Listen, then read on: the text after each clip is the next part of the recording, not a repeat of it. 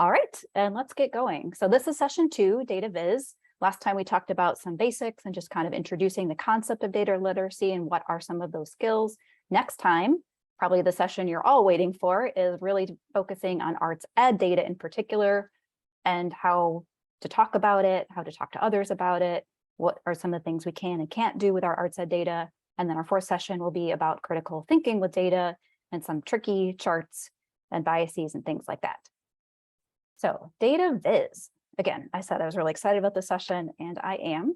Specifically, I want to go over some of the benefits of data viz, why we want to use charts, what are some of those common chart types, what are some of the purposes of charts, and then especially interpreting them.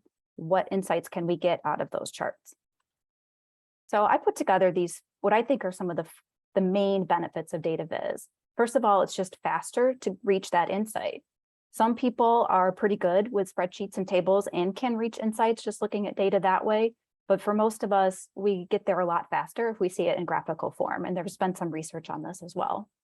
I just find data viz more engaging. I don't think it's just because I myself create charts. I just think there's something about the colors and the shapes that I think just really grab your attention and make you want to interact with the data.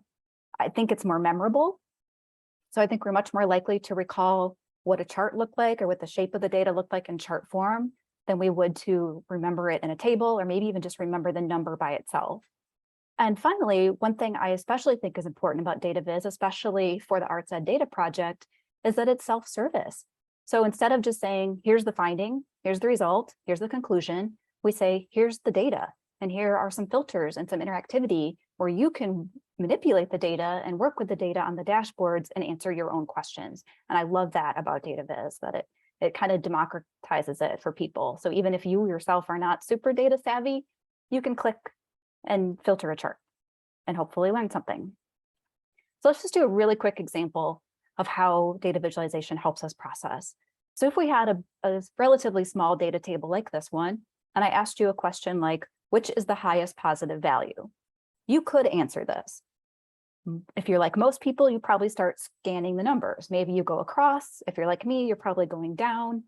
But what you have to do is every time you find the highest value, you have to keep that in mind and then move to the next one until you find out which one is the highest value. And you'll get there, but it will take a while. Maybe you've already found it. It's this 38% here, Tennessee in January. And that works. And it maybe didn't take too long. But what if the question is something more complex? What if I said, are there more positive values in this table or more negative ones? Again, you can do that. Maybe you need a little piece of paper with a tally sheet or something to keep track, but you'll get there. But if I just convert these numbers from this table format into a diverging bar chart like this one, it becomes so much faster to answer those questions. Which is the highest positive value?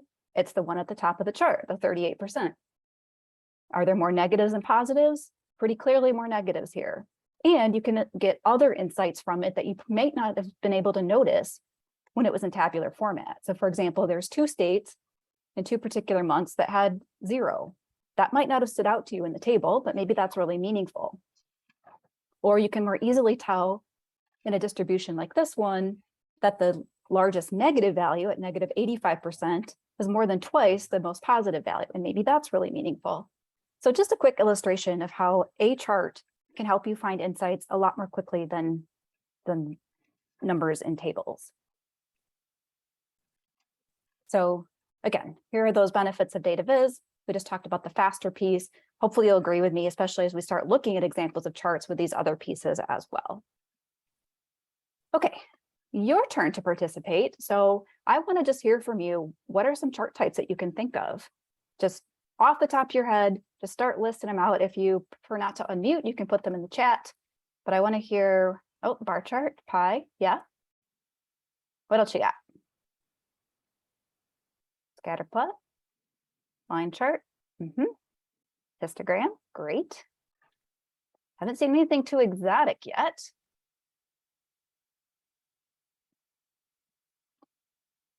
Box and whisker, orbital, histogram, heat map, infographic.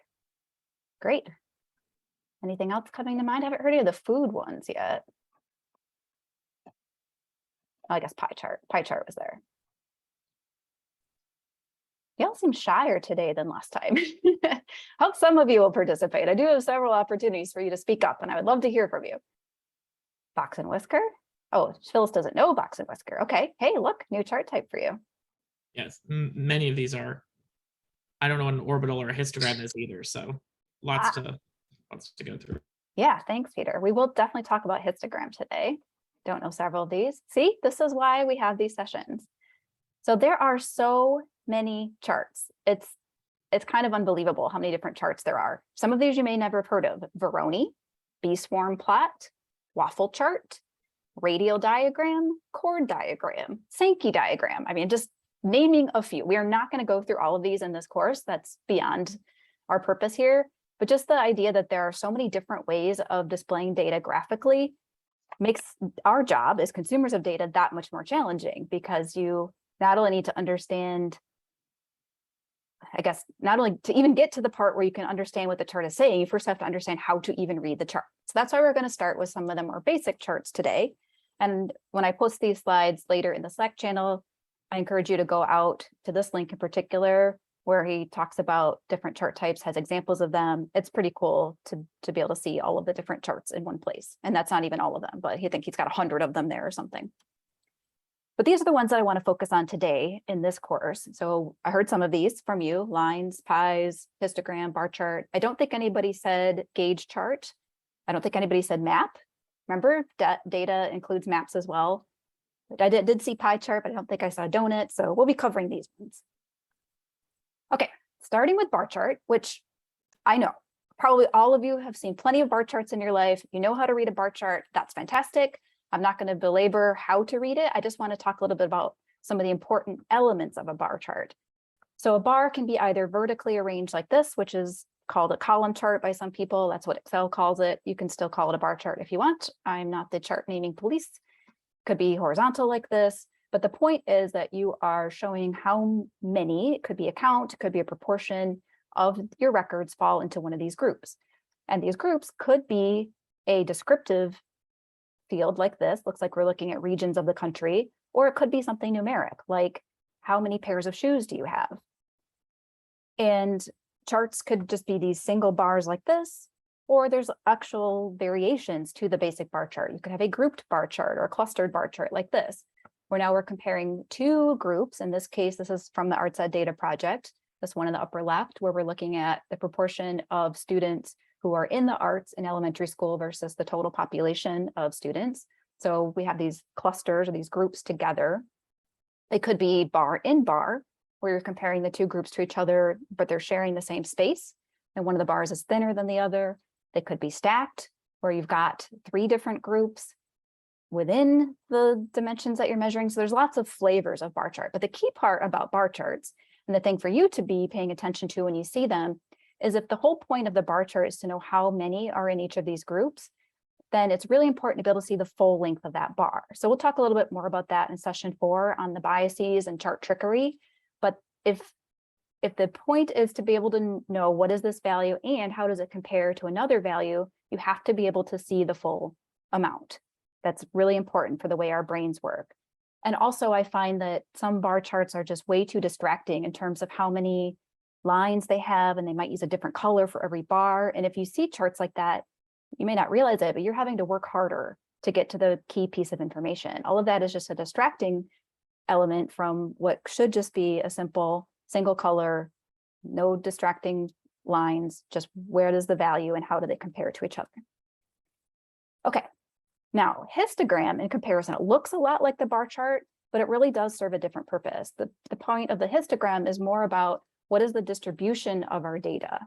And a histogram, I can't think of an example where it's not a numeric scale. So not only is it how many of our data points fall into this group, but your other axis is going to be numeric as well.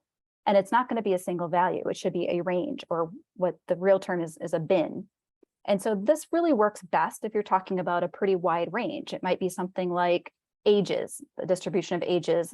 And so, we might have a lot of people in their 40s and not very many people at the younger ages. And so maybe we're grouping these by 2 years at a time. Or maybe it's something like how many countries people have traveled to. Is it 0 to 3? Is it 3 to 6? Something like that. A histogram doesn't really make sense if you're talking about a numeric value where there's not going to be a lot of variation. So it might be where a range is really short, I should say. So something like, how many children do you have? There'll be a lot of people at 0, 1, and 2, a few at 3 and 4, and hardly anybody at the 5 and out. And so it wouldn't really make sense to bin those together and do something like a 0 to 2. That's not particularly meaningful, and it's going to distort the picture of the data. So the histogram is really more when you've got a wide range and then you bin them. And the bin should be equal too. That's the other thing to keep an eye out for as a consumer of data. If you see bins, but this bin is 5 wide and this bin is only 2 wide, then looking at the height of those bars is misleading because you're not really comparing equal groups to each other. So there's so much to be aware of and pay attention to when you're looking at charts. I'm just trying to start introducing you to that, and then we'll get more into that in session 4. Okay, pies and donuts, also pretty common. You probably have all encountered these before. The key part about these is that you've got some sort of whole, maybe it's the student population, and then you're showing either the count of students, or I should say not the count, the proportion of students more commonly that fit into certain groups. So maybe it's those who have perfect attendance, have missed a couple of days, have missed a lot of days, something like that. Or those who are eligible for free and reduced lunch, those who, that's not a good one. Those who attend a school where a lot of kids are eligible, those who attend a school where not many are, those who attend a school where no one is, something like that. And then a donut chart is just a pie chart with the middle cut out. So I actually think it might be a little harder to look at the angles here and to decide the relative size of these. I don't know if anybody's done research on that. What the donut chart does give us is this extra space to provide additional information. And so it's helpful to be able to maybe put the total number there or something. It can be space saving, but that's really the only difference between the two. It's just that center cut out of it. And you can see why it's called a donut with that center missing. Okay, next basic chart type, line graph. Again, y'all are probably pretty familiar with these. It's just looking at something as a trend over time. And I don't think I've ever seen a line chart that's not about time, or at least not one that was well done. Now, the unit of time can be very variable. It might be at the year level, it might be at the month level, quarter, day, hour. It could be all different types of time. It works best if you go, I think, if you go left to right in terms of the oldest time to the most recent, although I have seen those reversed. So that's something to pay attention to. If you're looking at a line chart, make sure you understand which is more recent and which is further away. You can have a single line like this one, or you can have multiple lines. So in this example, we're looking at the months of the year, and then we're comparing these different years to each other so that you can more easily see, does the pattern differ by year in the same month? So for example, here, the orange and blue are higher in March, and in 2018, that was lower for some reason. Now, we don't know why. That would be the next step to take, is to understand if you do find a trend like this, why do they differ? Whereas in October, they're all practically the same value. But that's why you might have more than one line in the same chart. An area chart is in some ways similar to a line chart. If you only have one line and you fill in the area below it, it's basically a line chart with just a little extra shading. It does still show a trend of value over time, but where area charts start to become more useful, I think, is where you're showing these component trends relative to the total. So let me give you a couple examples of that. So this one is taken from a bigger view that's looking at the popularity of different genres of movies over time. And so when you actually look at the whole viz, and this is still just a part of it, it becomes really helpful to be able to see all of these in comparison to each other. I actually really love this viz. My friend Bo built this and got a lot of popularity for it because people just were fascinated by this idea of when war movies were popular and how unpopular they have been lately, and all the different genres have such different patterns. So you can put these together in what's called either a trellis chart or a small multiple, where now the one area chart is you can compare that against the other ones and get even more insight out of it. So this is multiple area charts separate from each other.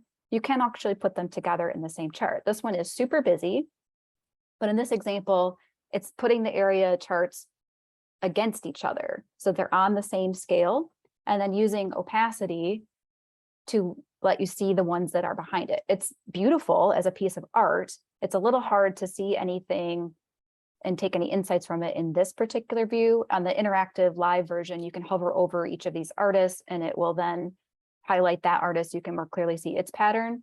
The point I'm trying to make here is just that these are on the same scale. And so you can compare over time where these different groups differ from each other.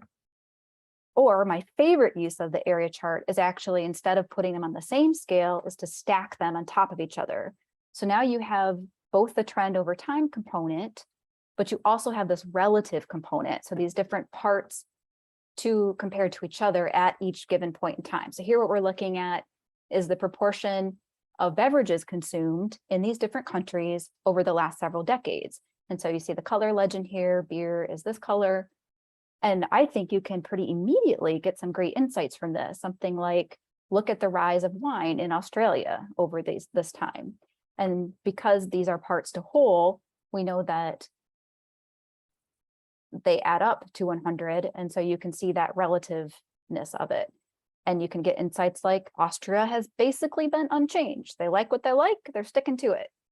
And then you see things like some of these alternative beverages, which I assume are things like ciders and seltzers showing up in some countries, but not at all in Austria or Brazil. So this is just also part of a larger view where they've got all the countries. Just a second, Peter. They've got all the countries, and I think it's just a really great use of this area chart. It's not too much. There aren't more than these 4 groups. You can imagine if you get a whole bunch of groups that this could start to be really hard to see, but I think it's really effective in this case. Peter, question. Yeah, I wanted to catch you before you moved on, and I was like, "Oh no, go back to slide." This is all completely fascinating. My question, especially with this area chart, it's interesting to see some of these back to back, like the mountain visualization, which was almost unreadable for me personally.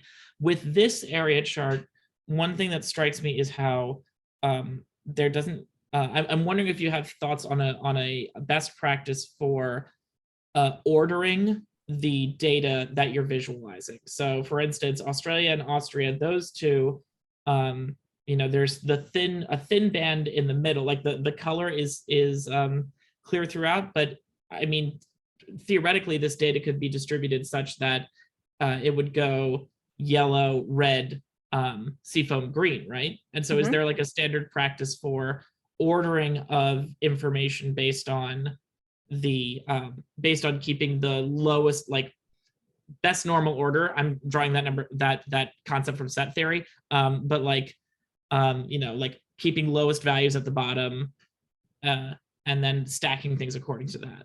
I mean, I know you should be consistent throughout, and that might not be possible in these different comparisons, but just thoughts on some sort of like best ordering for these visualizations. Yeah, I don't know if there is a standard. I think it's important, if you are the chart builder, to decide what is the group that you most, is there a group that you most want your people to care about? And I'd put them at the bottom, because then you can more easily see its actual value. Because here we can tell where this is. I mean, it's a little hard to see in this non-interactive version, but it's somewhere around like 15%-ish. But now the next group, it's much harder to know what that percent is. The other thing to think about, though, is, does that actual value matter all that much? I think in a view like this, that's not really the point they're trying to make. They don't particularly need you to know what is that percentage. It's more about the stability of the trend, and especially that relative comparison to the other countries. So I think those are things to think about. Is there a group that you want people to focus on? Put it at the bottom. If not, then yes, the consistency in the ordering and the coloring is absolutely critical in something like this. I have seen people give users the ability to sort, to change the ordering, so that lets them decide which one goes to the bottom and keep changing that, which can also be a really effective way of letting the end user answer their own questions and self-serve of what they want to focus on, because then you can more easily see what is the value as well as its relativeness. Well, amazing answer. Thank you. And thank you for the reminder that, this is data for storytelling. So we should have something that we want to display most. It's not sort of a neutral proposition. Generally speaking, yes, you probably have a question you are trying to answer or help people answer. Great. Feel free at any point, folks, to just chime in if you do have a question. I'm trying to keep an eye on the hand raising and stuff, which was great. I did catch that one, but also just jump in. It won't throw me off at all. All right. Next chart type is maps, and there are way more than just these two, but I think these are the most two you're likely to encounter. A choropleth or filled map, where the entire area is filled in, usually with some differentiating color. So you might be looking at the proportion of people, maybe density of how many people live in this area. Maybe it's income related. We don't know what the measure is. It doesn't really matter for this example, but the whole part is filled in, whether that's a county, a region, whatever. We certainly have a lot of these in arts ed data. Versus a point or dot map where there's one point placed in a specific geographical location, and then it lets you kind of see where those cluster together. So this could be locations of some particular type of facility, could be where people live, who knows? But those are the kind of the two main map types. And obviously the point of a map is just showing where something is geographically.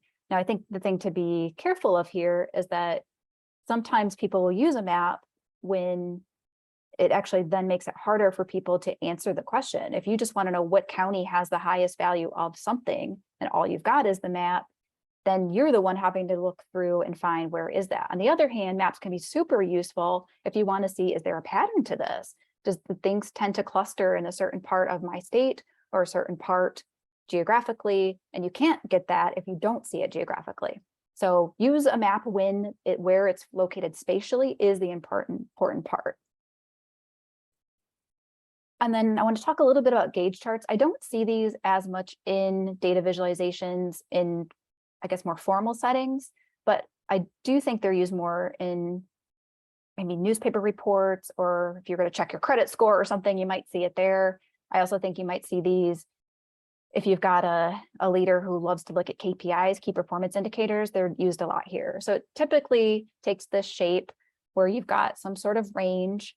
Often they do have different color bands like this. It shows you what the actual value is. And this is kind of a KPI format of what is our real value, 71%, versus our target. And so it can be helpful to convey that, because the number 71 by itself is still meaningful, but seeing it next to the target might make that a little easier to see. And it doesn't have to be curved like this. I think this also counts as a gauge chart. So this is an example we talked about last time, looking at qualitative data that's still ordinal or ordered. So we could have just said our samples average on this particular scale was 1.7, but I think seeing it relative to the different options and where that falls on the range, it provides much more meaning than just that number by itself. Highlight table are really about showing where are the data points clustering for these two, whatever the vertical and the horizontal are, where are they clustering, and use color to do that. So it's not about knowing the exact value. Often people will provide that in the tooltip or the hover over, but it's really about what catches your eye. Where do you see these? One of the most effective one of these I've seen is looking at birth dates of people born in the US over the last like 40 years. And it's incredible how few births happen on big holidays like the 4th of July, because if people have C-sections, they don't schedule them. It's just really cool to see what those patterns look like. So here you can see something is happening in the summer months of 16 and 17 without knowing what we're looking at. We don't know what that is, but that's what the highlight table does. It draws your eye to where is that data the most dense. And then finally, the scatter plot is really about looking at relationships. So you're taking some measure, in this case, we're looking at median household income, and another measure, how many hours per month is going towards affording that home. And then you're putting the data point where those intersect. In this particular viz, Lindsay Poulter did a really nice job of making it easy. If you click on any of these, the name pops up, the color changes, the value show, to be able to help you read the chart. But we looked at this last time too, or a version of this, of looking at that relationship between how many teachers there were and how many students there are. And remember, we had that positive trend. And here there's a somewhat positive trend as well. So that's the point of the scatter plot, is what is the relationship between these two things? And is there a negative trend, a positive trend, no trend at all, multiple trends? That's what you're trying to see with these data points. Okay, so we've looked at some of those basic chart types, and I think it can be helpful when you're thinking about charts, and especially if you are the one designing it, but also if you're trying to find the best chart to answer your question, is better understanding what is the purpose of this chart. So these are some of the main categories. which you can also think of as a chart purpose. So we've got correlation charts, which are really about what is the relationship between things. And so if you're trying to figure out, is this related to this? And having to look at maybe 2 sets of bars and try to see, is there something going on here? Or a scatter plot might just make that a lot easier if that's your main goal. Or a deviation chart is basically, we have some point we're comparing against, maybe it's 0, maybe it's last year, and how much does the data deviate from it? So that diverging bar chart that I showed earlier is a great example of a deviation chart. Distribution is really about what is the shape of our data. So if you think about those histograms and how many values fall in the middle, how many fall at the ends, it gives you a sense of, do we have some outliers way out here in the tail? Is everybody clustered together? You get a sense of what does the shape of our data look like. Flow charts, we didn't look at any of these. This would include things like Sankey diagrams. It's about what is the movement between categories or over time, and how intense is that? So it's really about how that data is flowing or moving. Magnitude is probably the one that we encounter the most. It's really about comparing the different sizes of things to each other. So is this group, are there more kids in this group? Is there more of this than that? What does that look like? And how different is that? What is that magnitude of that difference? Part to whole, as the name would imply, is really about taking something and breaking it down into its components so that we know the relative contribution of things. Think about the beverages. What is the proportion of wine consumption versus spirits versus beer? Spatial is when it's really about where is this located, physically located, geographically located. And trends are really about what does this look like over time. So I have a little just kind of quiz for you all. If you're finding this a little challenging, you might want to just take a quick screenshot of this before I quiz you on it. So I'll give you a second to do that if you are so inclined. All right. So on the left, we have all the different charts that I just went through, the kind of most commonly encountered ones. On the right, we have all those different purposes or categories. And so what I'm looking for is for you to tell me which category or categories would you say each of these charts go into. So let's start with bar chart. Anybody want to tell us what type of chart a bar chart is? What is its main purpose? Or preferably all of you, just yell it out. Let's see what the consensus is. Magnitude. I hear magnitude.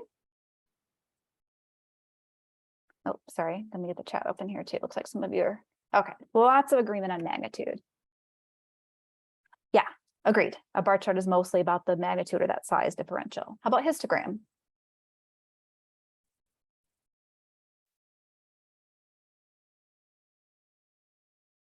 Distribution, trends, distribution. Looks like distribution is most common. Yeah, I agree. The histogram is about the shape of the data or how the different data points are distributed across those different, or across that measure. Pie chart. What is the main point of a pie chart? Part to whole, some distribution. It does show distribution too. That's the thing about this, is that it's not necessarily a single answer. In fact, I have some of these I think belong in more than one, but what is its primary purpose? And I agree, that's a part to whole. All right, line graph.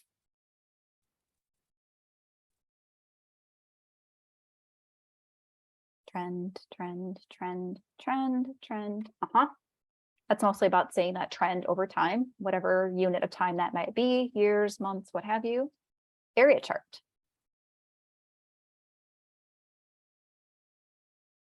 See a spatial. I think that goes with area chart. A few spatials. Okay, oh, a lot of spatials. Interesting. All right, I actually didn't think spatial on this one. I didn't think it was more about the geography or where it was located in the world. For me, it was more about there's a part to whole element to that. Again, remember that beverage chart. It's really about what is the relative contribution to the overall beverage consumption of each of these different beverage types, as well as it's generally a trend over time. It's just filled in instead of a solid line. So I see some trends there too. Yeah, I think it's mostly about the trends, could have a part to whole component. Maps. Spatial. Y'all are fast typers. Distribution and spatial. Okay, interesting. That's right. If it's one of those choropleth maps, it does tell us, it can tell us where the data are distributed or what is the shape of our data to some extent. I'll give you that one. Mostly, I think it's about the spatial. Its primary purpose is showing us where things are geographically. And again, that's not always the best choice. Even if you're talking about a geographical element, the map should only be used if seeing those and where they are relative to each other is an important part of your question. Highlight tables. Getting a little trickier, aren't we? What's that? What is the main purpose of a highlight table? Flow, trends, flow. Interesting. Another vote for flow, vote for correlation. I'd love to hear from the flow people because I think of that primarily as a correlation. It's you've got something vertical, something horizontal, and then the relationship between those is where it's dense. So in the example I showed earlier, it was months versus years, and the birthday one, it's also day of the month versus month of the year. So it's the relationship between the intersection between those two things and where is our data the densest. So that's where I was thinking, anyone who said flow, want to tell us a little bit about why that said flow to you? I'd love to hear about that. I like your question mark, Julie. Deviation, maybe? We're all learning here. It's good. No flow folks want to talk about that? Oh, Kim? Well, I was going to say, I suppose it was also about the density piece within flow. And then, yeah, I understand that with the correlation. I think I was just seeing that in terms of density of trends, maybe. And so I was thinking maybe I would have put a question mark right after my flow as well. So I appreciate somebody did that because I was like, I'm taking a shot. I'm throwing it out there. I have no idea. Fair enough. Okay. Did someone else want to comment on that too? I thought I heard another voice. I was thinking flow only because that one chart that you showed a change over time, and then you were looking for the concentration at a certain time. Ah, right. When we were looking at it as the dates and the, yeah, okay. Thank you. I could see that. See, this is an interesting topic in that a chart can show more than one thing simultaneously. And again, my point with this is what is its main purpose? And then the reason for knowing this is part of it is terminology, right? You all said you wanted to be able to speak about data with more confidence and how to use these proper terms. But then also when you see a chart out there, you can help decide better, is this chart going to help answer my question? Is this chart being used appropriately? Is this a good way to get my question answered? And if the main purpose of a chart is not related to what you want to know, then it might not be the right chart for you. All right, two more, scatter plot. Correlation or trends? And trends, distribution, deviation. Correlation, deviation. 2 votes for deviation, 2 votes for correlation, and some miscellaneous so far. A couple more deviations coming in. I was also thinking correlation on this one. Again, it's you've got your 2 variables, and what is the relationship between them or the correlation between them? Does this depend on that? Is there some sort of relationship here or not? And where those different points intersect, and especially looking at all of them together will show you, is there a trend happening here or not? And finally, gauge, whether it's the ARCed version or more of the standard survey scale, part to whole.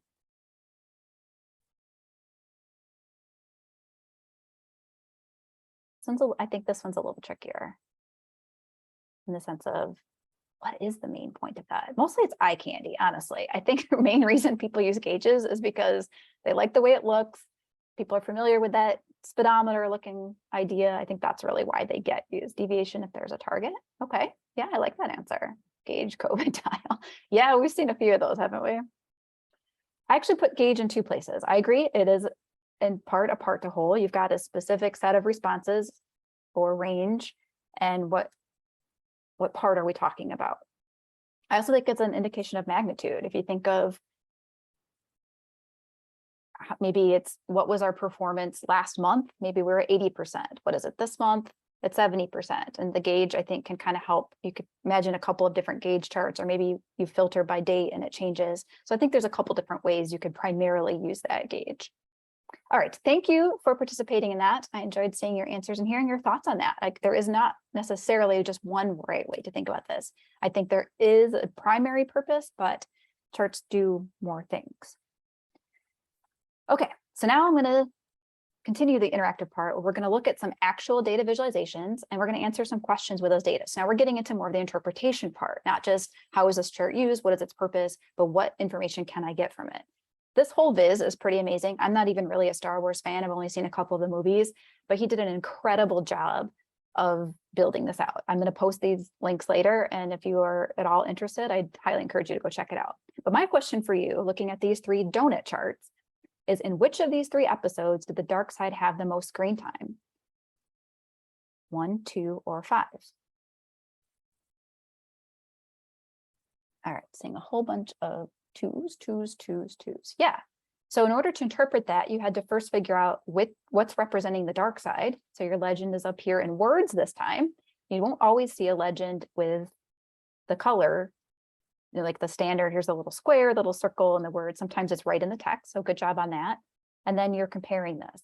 So the donut chart makes it pretty easy, especially when you've got values that are quite different from each other, to figure out which is the most. But if I said, what is the proportion of screen time for the dark side in episode 1, that would be quite difficult to answer just looking at this. You could try, you might get close. It's a lot easier if it's a proportion, something like 50% or 25%, maybe even 2/3. You could probably get pretty close on these, but at least for me, and I think for most people, if it's a smaller value like this, it's very difficult to do that. So the donut chart's purpose isn't really about what is the exact value, it's more about that proportionality, especially if you're comparing more than one to each other. If I give you the actual numbers, then I think these work well together. So you can get that general sense. I think your brain more quickly says, this is the biggest, without having to actually look at each of these numbers and order them, especially when these aren't in order of highest to lowest. But in terms of precision, I don't, if any of you could have come up with 11% on your own, gold star for the day, because that would been very hard to come up with. Andy says, wouldn't it also depend on the length of the movie? I think that's why they did proportions. So if it was just minutes, yes, absolutely.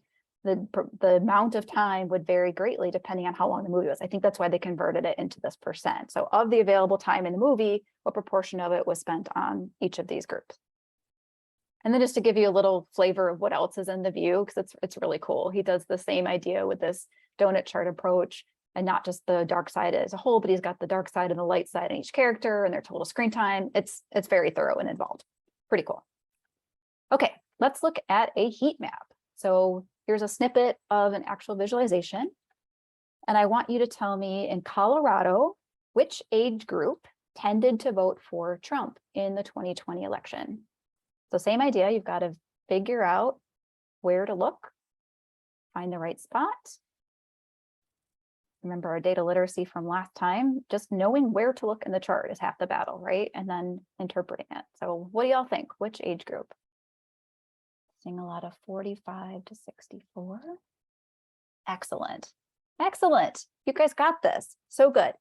So what we're looking for here, so you had to figure out, okay, age groups wasn't labeled. So you did have to make an assumption there. You guessed correctly. This top are in fact age groups. You had to figure out what the color scheme is. So that was given to you up here in the corner. You had to find Colorado. You had to realize that the more reddish it is, the more that means Trump versus more blue Biden. You guys did perfect. Great. Peter, men 45 to 64 with high school or less education. If you're looking at the entirety of Colorado, yeah.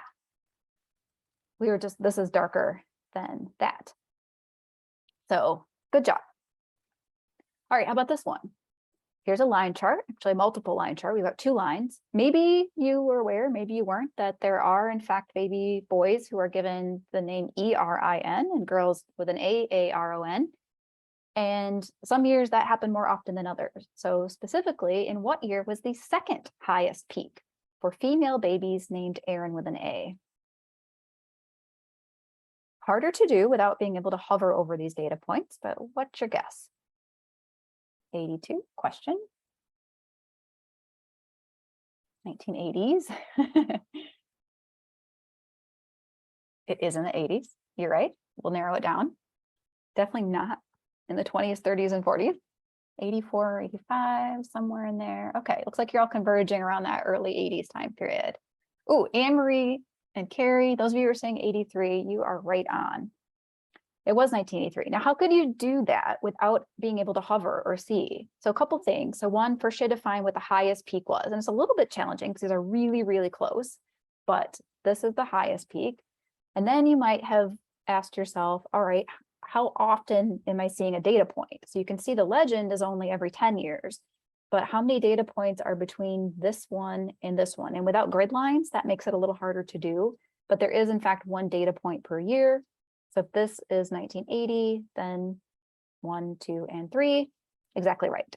So this all gets a lot easier if you can interact with the chart, but as you have just demonstrated, you can get pretty close and do really well, even just by using your data literacy skills to look at the available information to you. The other thing I didn't even mention that you all did with ease, I'm sure, is figure out which line are we talking about. So your legend was over here. You had to just infer that F is female, M is male, so that's not really labeled here anywhere. So all of those are actual data literacy skills that you may not even realize that you have, and you just did it. All right, how about a map? What is notable about the racial ethnic makeup of Hyde Park? We're looking at Chicago.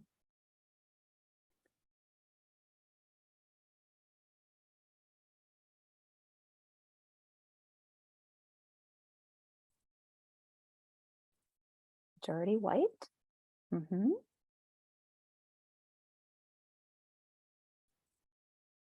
Majority white surrounded by majority black. Yeah. Pockets of segregation. Yeah, great.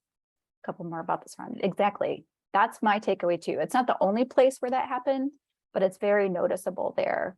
This whole visualization, there's several cities, Milwaukee, or I'm in Wisconsin, Milwaukee's one of them. I don't remember what all the other ones are. It's really interesting because there are definitely pretty segregated areas of a lot of our cities, borders of different, yeah, it's not. If you're familiar with Chicago, they only labeled a couple of places, so maybe that's right. Yeah, I agree. I don't know exactly where it all extends either, but the point I was hoping that you would make, which many of you did, is that you can see that there's this area of majority white that's pretty well surrounded by others.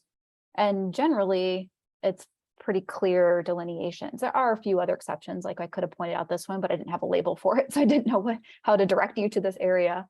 But I just find this whole map series really fascinating and a great use of mapping, because this is about the geography of it. It's not so much important of which is the highest proportion majority white. It's more about what does that look like spatially. Okay, for you sports fans out there, or just those of you who like scatter plots, what do you suppose the numbers in front of these players' names mean?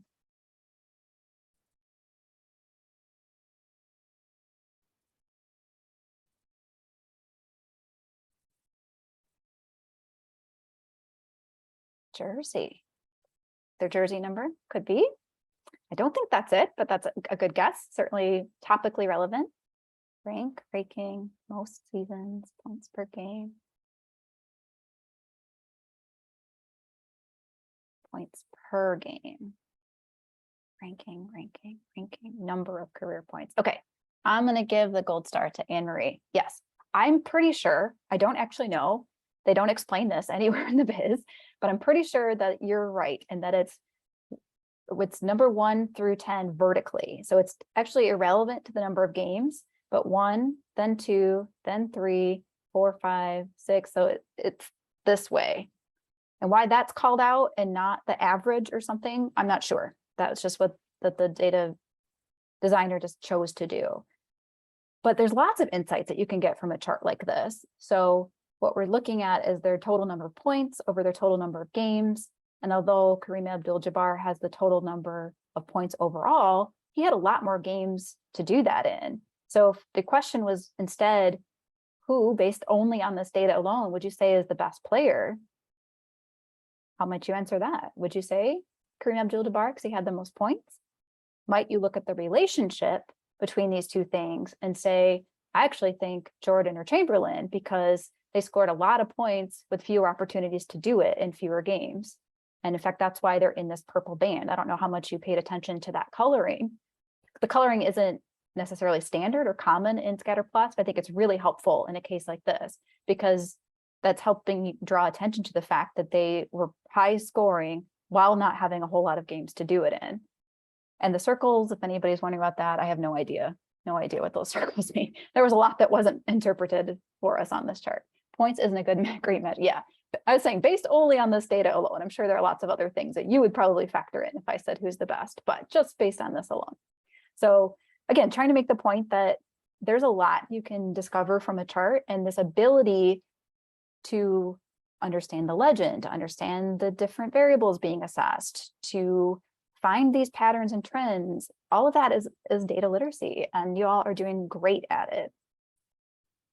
Okay, next, I'm going to give you just a couple of minutes. I will post this in the chat. This is an entire dashboard, and I want you to spend a couple of minutes thinking about the data literacy skills that we talked about last time and what we talked about today about interpreting charts. Whoops. There we go. Okay, so you can look at it on your own screen as well. Spend a couple minutes here interacting with it. Look at it, think about it. And I want you to ask yourself things like, what are some of the insights that you can take away from this? What stands out to you? And then we'll talk about it in just a couple of minutes. And if you can't get it on your screen, it's on my screen too. I'll zoom in a little bit more. There.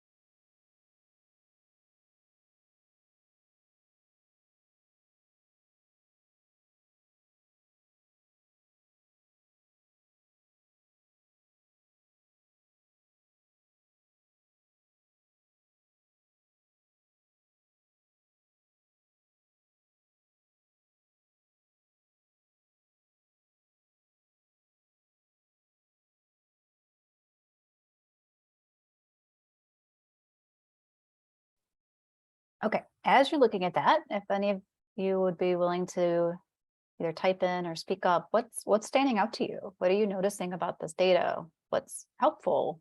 How are these charts making it easier for you to see things? How could they be improved? Anything along those lines.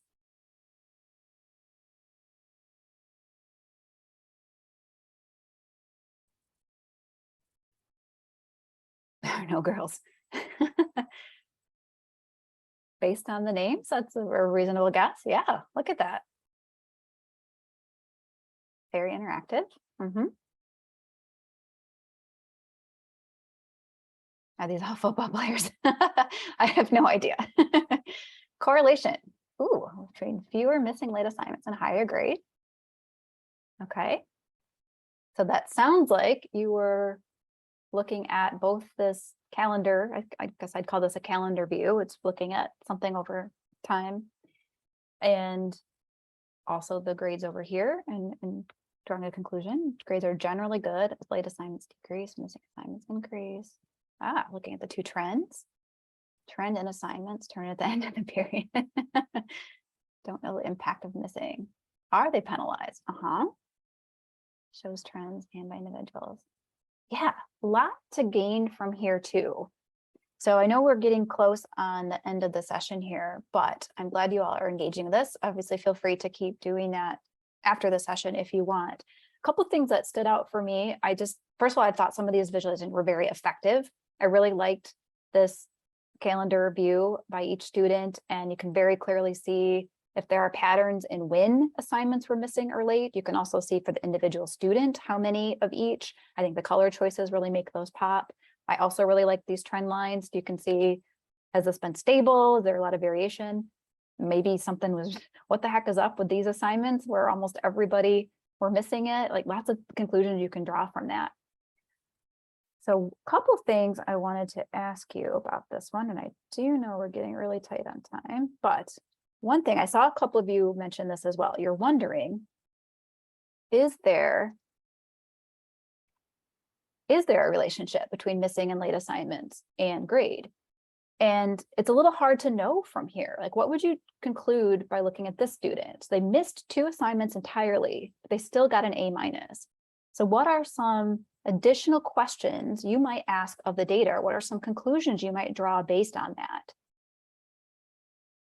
The idea of interrogating the data, interpreting the data, analyzing the data, can sort it by grade. Not a correlation between grade and missing assignments.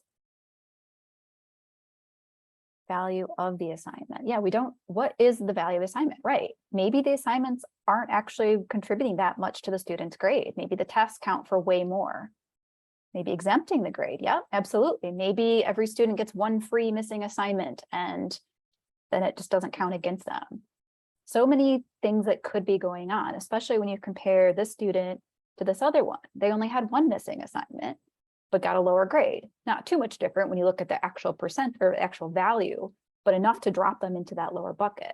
So that might lend even more evidence, this idea that the assignments aren't particularly, don't matter that much, or maybe certain assignments don't matter, right? That's another possibility. Maybe assignment 2 was not really important, but maybe this assignment was really important. So many different things could be going on here that we don't know just by looking at what the data were presented. But part of data literacy is being able to come up with these alternative explanations and then maybe ask those questions or try to find the answer to them so you can better understand what you're seeing here. Did anybody notice that the data points didn't fully match? So I think what happened here, there's way more data points down here, like Fs. There are no Fs in our view. I think what happened is there's more students and we just didn't get access to the students below Bruce Irvin, especially if you look at the names. There are no names below I. Okay, thanks, Dustin. So lots of things to notice. Some things worked well, not everything did. Okay, so we covered a lot of ground today, benefits of data viz, different chart types, interpreting, and so on. So one quick plug, we would love for a couple of you to speak at our upcoming meeting on the 26th about this course. So it could be some insight you've gotten from it. I know you all didn't have too many before this session, but maybe you got a few more today. It could be how you're planning to use it, why you're here, anything. So if you're willing to speak just a couple of minutes at the meeting, would you please either let me know directly or email Bob and I? We'd love to have you speak a little bit about this course. So please keep that in mind and let us know as soon as possible if you're willing to participate. And then for next time, I have another video for you. Hopefully you all enjoyed the first one from Arizona State. Again, I think they did a tremendous job on this series. This time, I'd like you to watch the visualizing data video. And part 2, I would like for you to find a chart, something you're not as familiar with. Could be one we talked about today, could be one of the many other charts, and try to interpret it, or at least what's a key takeaway from that chart for you. And I'd like for you to share that with the rest of us on Slack. If you absolutely can't use Slack, I know a lot of you haven't signed up there yet, feel free to email it to me and I can post it on your behalf if you want to participate in the conversation that way.